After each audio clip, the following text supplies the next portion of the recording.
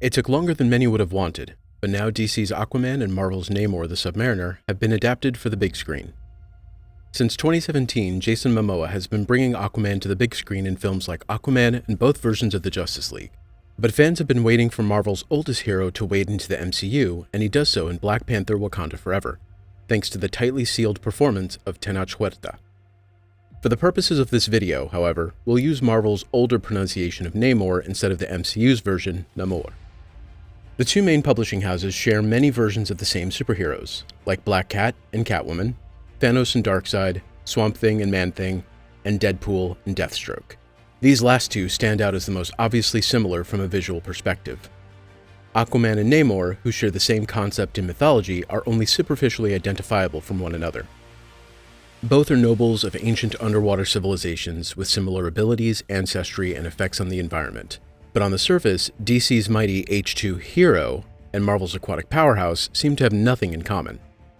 Those with a deep understanding of comics can consult a canon that spans over 60 years to learn the distinctions between the sea monarchs. If you're trying to figure out the differences between these two marine-themed demigods, you don't have to dig deep in Marvel and DC lore and the dreaded second page of Google.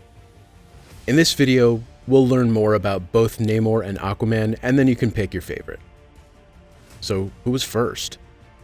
Because Namor the Submariner appeared in the first issue of Marvel Comics, released in August 1939, Marvel wins the "I got there first" argument. I got here first, though. Timely Comics, the predecessor to Marvel, published the issue, making Namor the company's first character. Technically, he's tied with the Human Torch because he also made his debut in the same issue. At that time, the Marvel Universe had revolved mostly around the two characters, the Submariner and the Human Torch. When Arthur Curry, better known as Aquaman, made his debut in More Fun Comics issue 73 in 1941, he joined an already established comic book universe.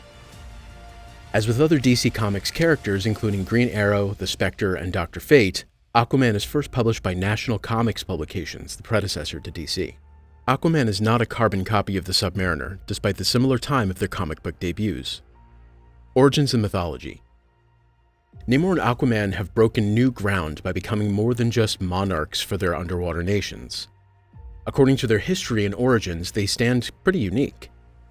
For Aquaman in particular, his backstory is very complex since his origin has been changed several times during publication. The character's origin story has evolved from his father being a famous explorer who raised him under the water, to his father being a lighthouse keeper that married an exile of the underwater city of Atlantis.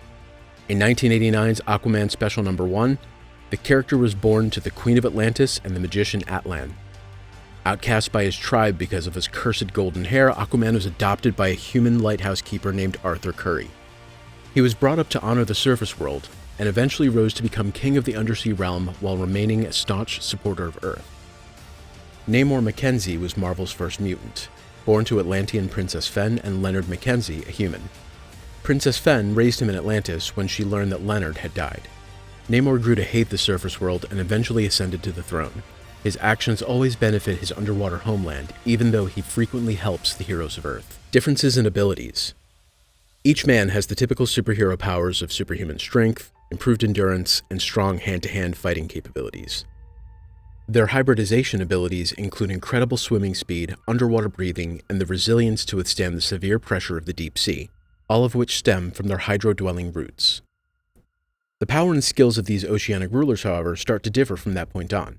Super speed, aquatic telepathy, and electroreception are just a few of the superpowers available to Arthur. But Namor's version of these powers is far weaker. In addition to the abilities he shares with his Marvel counterpart, Aquaman has a few more of his own.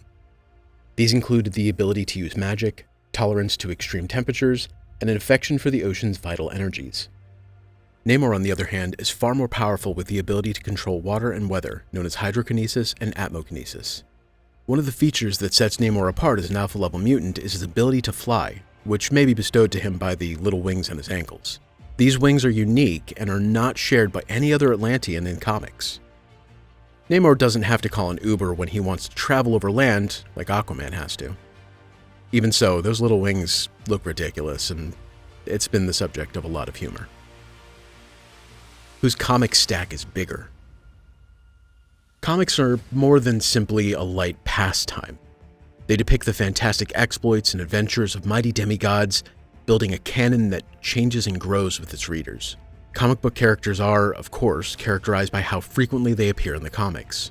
In a somewhat surprising turn of events, Namor loses to Aquaman in a challenge to see who can amass the largest collection of comics featuring their name. The Submariner is drowned out by Aquaman's appearances despite having a 2-year head start, being fundamentally more complicated and intriguing, and possessing membership cards for every superhero organization. As a sometimes villain, Namor has a hard time getting his own Marvel series, with only one spin-off series running from 1968 to 1974. Therefore, his appearances usually have to be guest spots in other heroes' books. Meanwhile, Aquaman's likeness has been used prominently in a number of ongoing series with his name in the title. Apart from his appearances in crossovers and team-ups, Aquaman is now on its 8th volume. Okay, here we go.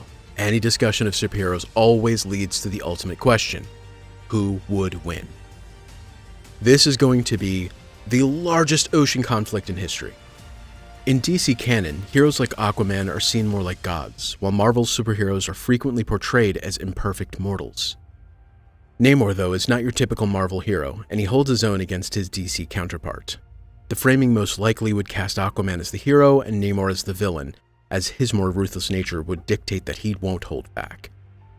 And villains in comics seldom come out on top.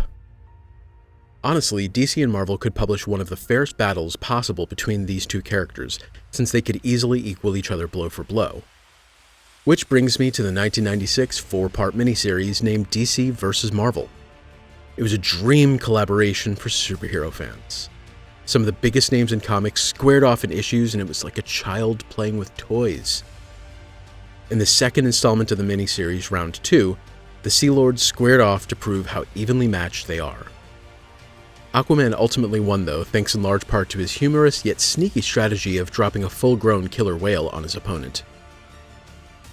That was all for this video. Make sure you hit the like and subscribe button for more videos like these. Till then, this is John, signing off from Discover.